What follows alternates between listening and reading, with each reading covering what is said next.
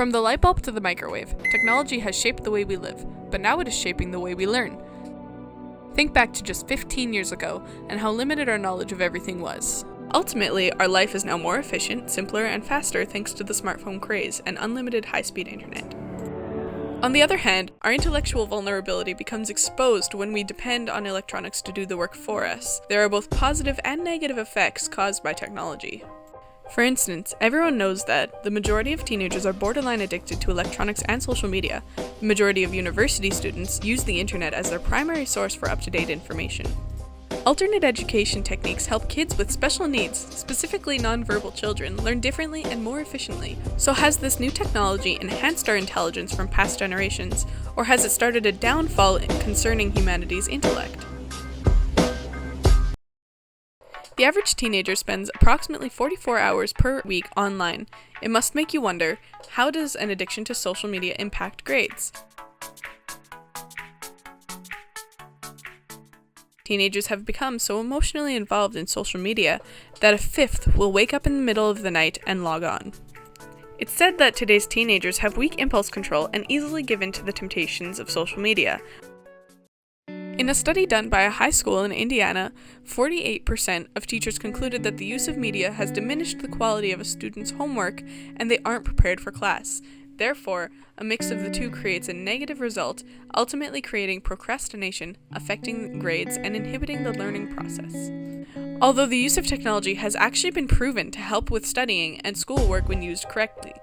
For instance, a high school in Portland used academic networking and stimulating discussions through the internet, then claimed that 50% of the students' grades increased and absences decreased by 33%. Even Stanford Graduate School concluded 70 research studies that provide concrete evidence of classroom environments where technology has made a positive difference for students who risked failing courses. So a certain balance has to be made to ensure that students can learn to their fullest potential. Instead of spending hours in the library and depending on thousands of dollars worth of textbooks, the internet has become a necessity for university students. 66% of students indicated that it is essential to study using a mobile device. 77% said that technology positively impacted their grades. On the other hand, 30% of students confessed that they used a mobile device more than 10 times during class time for recreational purposes, as opposed to the required assignments. Students also acknowledged that their electronic tendencies have a cost. Nearly 90% of these students recognized the biggest disadvantage they suffered in using digital devices in classrooms were that they tended to lose focus and miss instruction. To further prove these statistics, I interviewed 4 university students and asked them questions concerning their mobile usage. Are you ready? Yeah, sure. I usually use it for social media.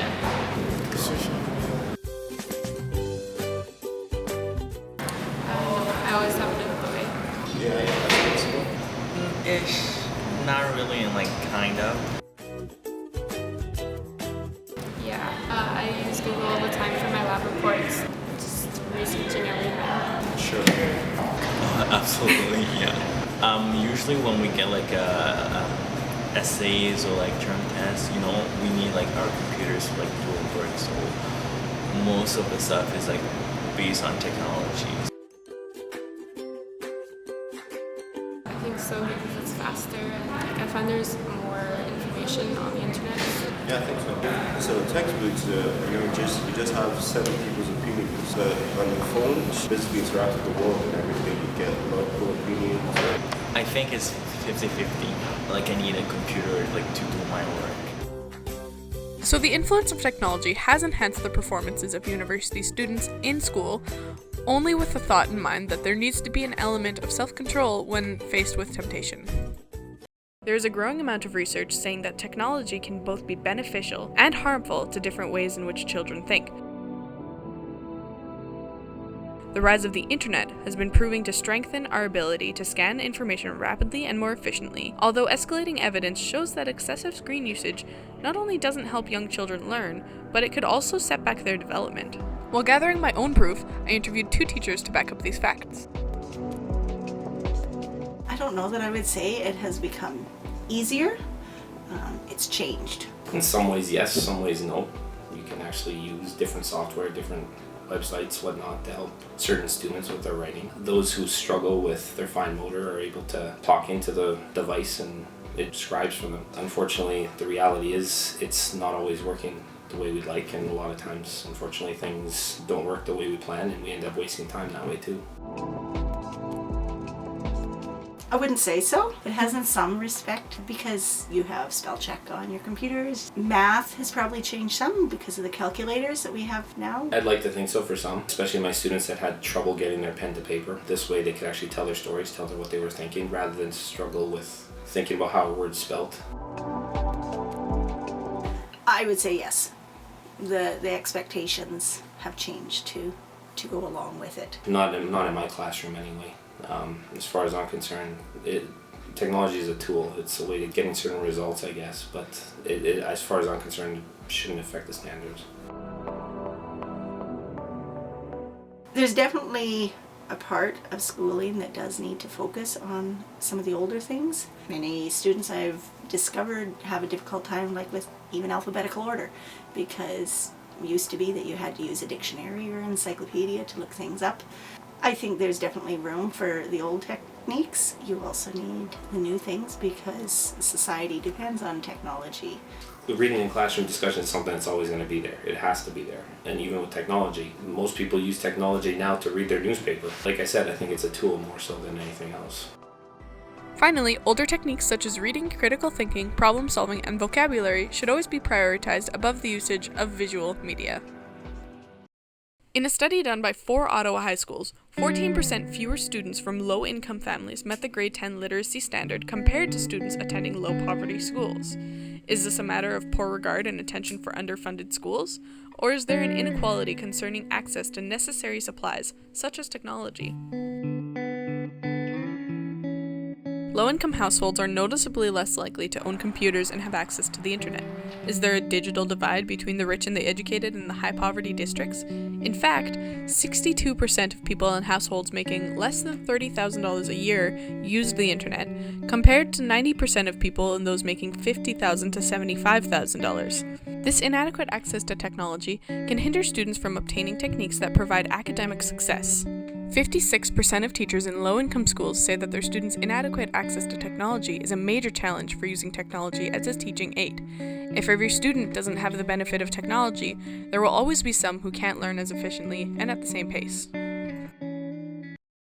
Throughout the years, our IQs have improved remarkably. With an advance of 3 points per decade, the average IQ has jumped from 70 points to 130 points. There are a few factors that contribute to this raise in numbers. Firstly, fluid intelligence, the ability to acquire and process information. The more you have, the more effortlessly you can think and multitask at a faster rate. The second aspect of intellect, crystallized intelligence, refers to our current knowledge stored in our brains. In comparison to before, our individual storage has become minimal. Due to the rise of smartphones, our minds have become less focused on how to solve problems and more focused on where to find the answers. These days, all the answers to our questions are at our fingertips. IQ is part hereditary and part environmental. Technology can enrich a young child's environment with opportunities to learn, and that is why they've been receiving higher IQs as the years go on.